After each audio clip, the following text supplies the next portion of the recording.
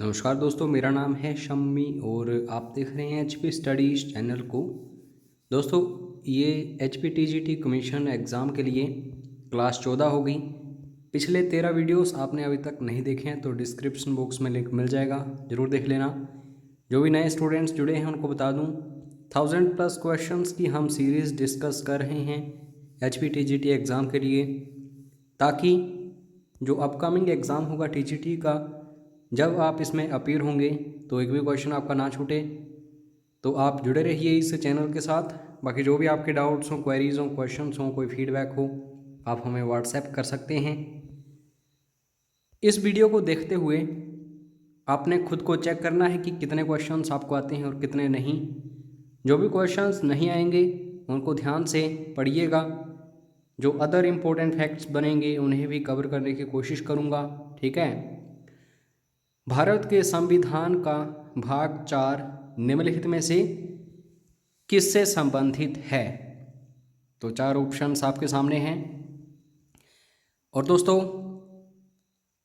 ये जो भाग 4 है इसे डीपीएसपी के नाम से भी जाना जाता है, ठीक है।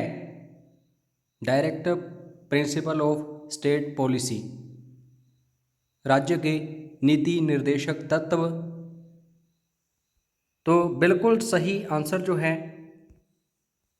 डी, यानी कि directive principles of state policy.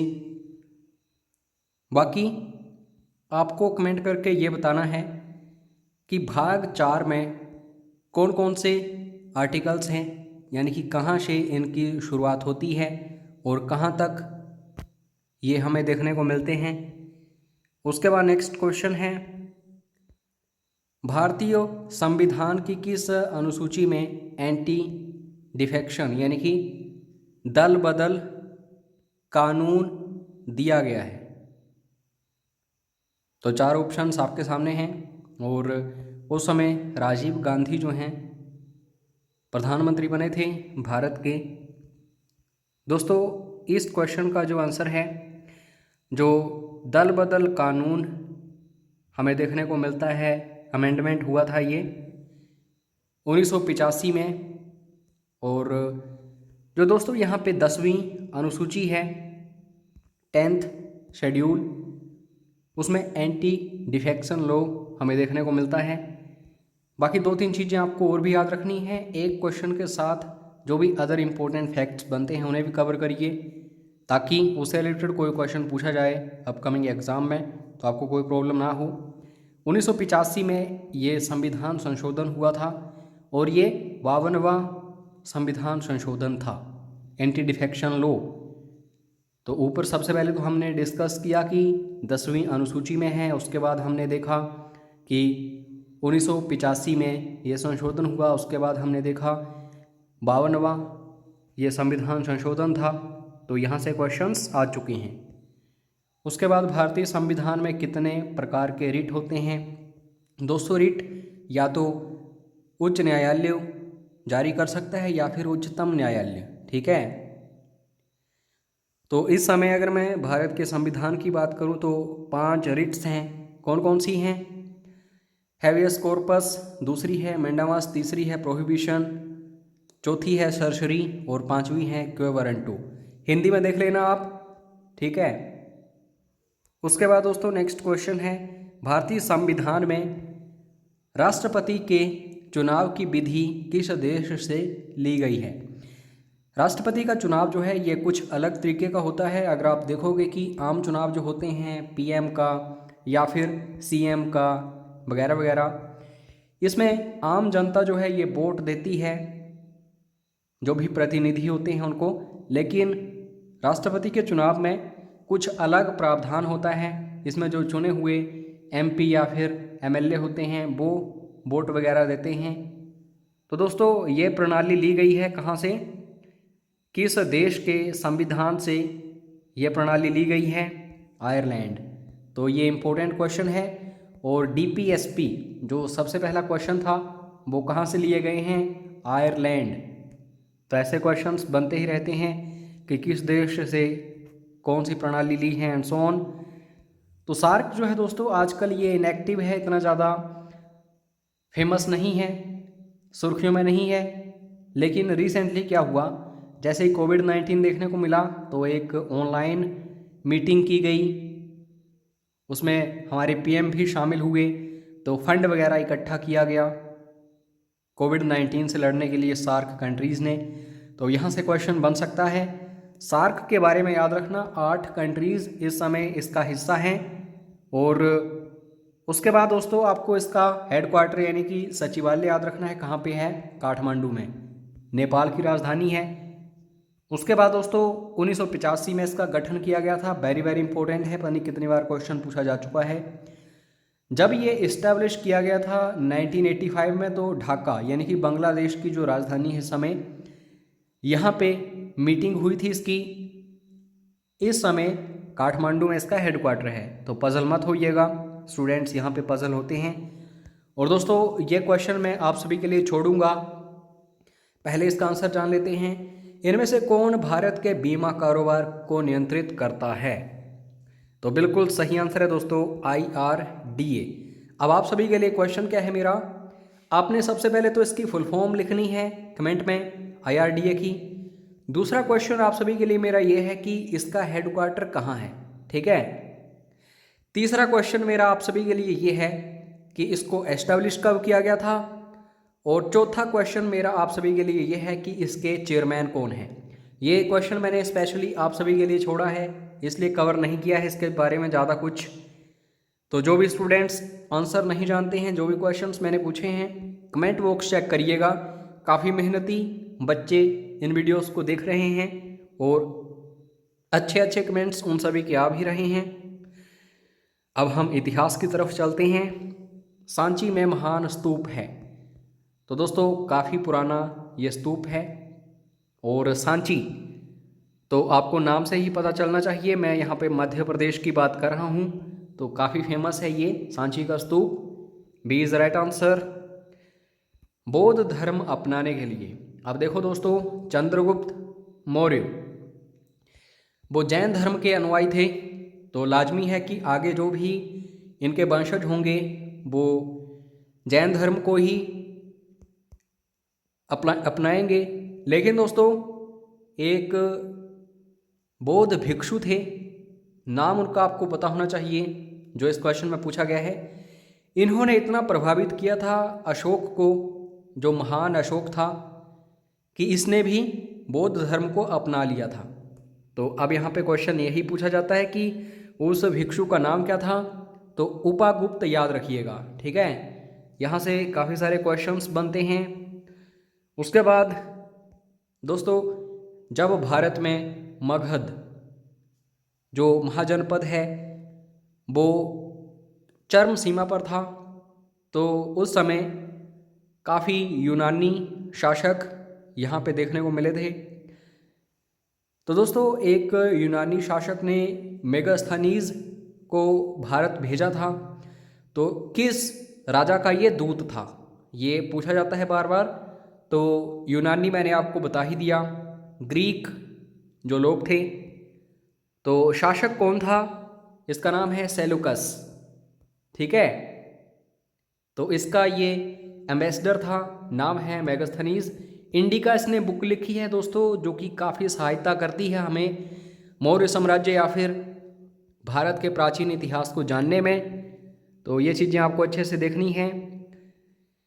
अब साइंस के क्वेश्चंस शुरू होते हैं, और ज़्यादा क्वेश्चंस मैंने ऐड किए हैं क्योंकि काफ़ी सारे स्टूडेंट्स के कमेंट्स आ रहे थे प्रीवियस वीडियोस में कि सर साइंस के क्वेश्चंस और ऐड करिए। तो दोस्तों हम यहाँ पे कैटायन की बात कर रहे हैं, धनायन या फिर घनायन इसे कहा जाता है हिंदी में। तो ये कैसे बनता है, कैटायन कैसे बनता है, क्या प्रक्रिया है इसकी, तो याद रखिएगा धनायन जो है तभी बनेगा जब उसमें प्रोटॉन्स ज़्यादा होंगे, यानी कि लॉस ऑफ इलेक्ट्रॉन। इलेक्ट्रॉन जो है इसकी कमी जब हो जाती है तो धनायन या फिर कैटायन बन जाता है। तो इसका उल्टा अनायन होता है, ठीक है।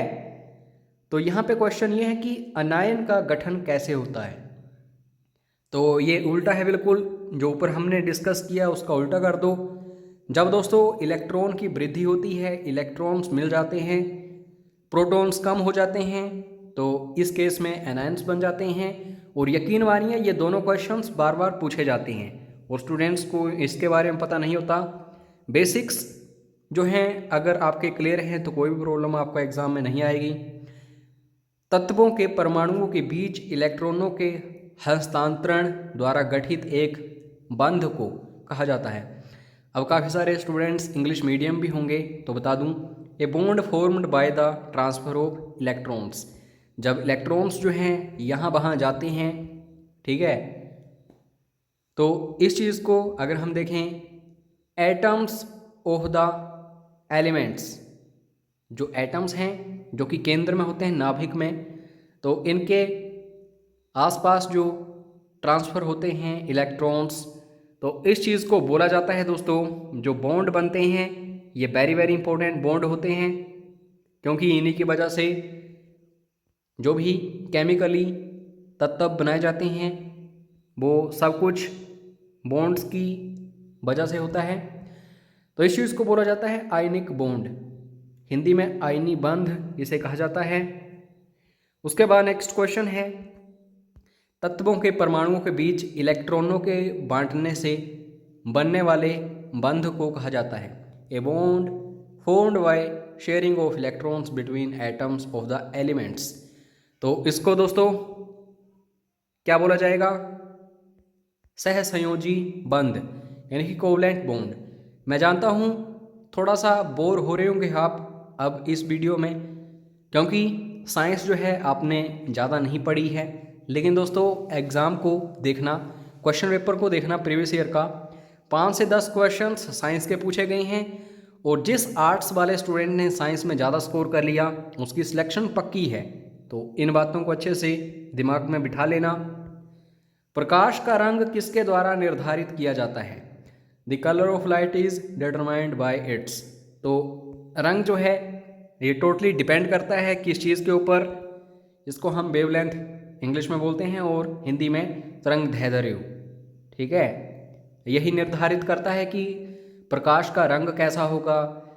विवग्योर यानी कि इंद्रधनुष के जो रंग होते हैं अलग अलग वेवलेंथ्स होती हैं हर एक रंग की, जैसे हरे की अलग से होगी, लाल की अलग से होगी, तो ये सब कुछ वेवलेंथ यानी कि तरंगदैर्ध्य पर निर्भर होता है। तो ये क्वेश्चन भी आता है। और ये जो दोस्तों अल्ट्रासोनिक ध्वनि है इससे रिलेटेड क्वेश्चंस तो पूछे ही जाती हैं, घुमा फिरा के पूछे जाते हैं या डायरेक्टली पूछे जाते हैं। अब क्वेश्चन क्या है, अल्ट्रासोनिक ध्वनि तरंगों की आवृत्ति डैश होती है। इसका आंसर जान के आपको काफ़ी इंटरेस्ट पैदा होगा। तो अल्ट्रासोनिक वेव्स जो हैं दोस्तों 20,000 हर्ट्ज से ज़्यादा होती हैं। अब इस चीज़ को इस्तेमाल करता है क्या, बैट, ठीक है, चमगादड़। और सीधा क्वेश्चन पूछा जाता है कि कौन सी तरंगों का इस्तेमाल करता है बैट अपने शिकार के लिए, तो अल्ट्रासोनिक आंसर होता है। पता नहीं कितनी बार ये क्वेश्चन पूछा जा चुका है। और अगर मैं मानव की बात करूं 20 हर्ट्ज से लेकर के 20,000 हर्ट्ज के बीच में ही कैपेसिटी होती है हमारे कानों को सुनने की। तो दोस्तों क्वेश्चंस चाहे कुछ भी आए इन ही टॉपिक से पूछे जाते हैं बार बार। नेक्स्ट क्वेश्चन, टेलीविज़न के रिमोट कंट्रोल में किस प्रकार के विद्युत चुंबकीय विकिरण का उपयोग किया जाता है। तो कुल मिला के ये जो इलेक्ट्रोमैग्नेटिक रेडिएशंस हैं ये पूछी जाती हैं बार बार। तो ये जो इलेक्ट्रोमैग्नेटिक रेडिएशंस हैं ये हैं इंफ्रारेड। कुछ एक मोबाइल फ़ोन्स होते हैं रेडमी के या श्योमी के, तो दोस्तों उनमें भी IR की सुविधा होती है, तो वो भी रिमोट का काम करते हैं। तो इन चीज़ों को अच्छे से देख लो, ये भी इम्पोर्टेंट क्वेश्चंस हैं। और ये एक लॉजिक वाला क्वेश्चन है दोस्तों, डैश की उपस्थिति के कारण हाइड्रोफाइट जो हैं पानी की सतह पर तैरते हैं। हाइड्रोफाइट जो हैं ये पानी पर तैरते हैं, इसका कारण क्या है, इसका कारण ये है कि इसमें दोस्तों क्या होता है, एरेनकाइमा, ठीक है। तो इसको अच्छे से देख लेना। बाकी दोस्तों हिंदी, इंग्लिश, HPG के, child development and psychology, current affairs, बाकी जो भी अदर सेक्शंस हैं या फिर सब्जेक्ट्स, ये सब कुछ आपको पेड क्रैश कोर्स में अवेलेबल है। तो काफ़ी सारा सिलेबस कवर हो भी चुका है और आगे जाके होगा भी। तो जितनी जल्दी हो सके रजिस्ट्रेशन करवा लेना। ऐसा ना हो कि एग्ज़ाम आ जाए और आपको पता भी ना चले। फीस अभी कम की गई है, तो जब तक फीस दोबारा इंक्रीज़ होगी उससे पहले आप ज्वाइन कर लेना। इसमें आपको सारा स्टडी मटेरियल मिलेगा, daily online mock test, test series, books PDFs, notes PDFs, videos, previous year question papers and so on. बाकी इस वीडियो की पीडीएफ फाइल भी आपको यूट्यूब चैनल पर या फिर व्हाट्सएप नंबर पर अवेलेबल हो जाएगी, तो मैसेज करके ले लेना। अपना कीमती समय देने के लिए धन्यवाद दोस्तों। जय हिंद, जय हिमाचल।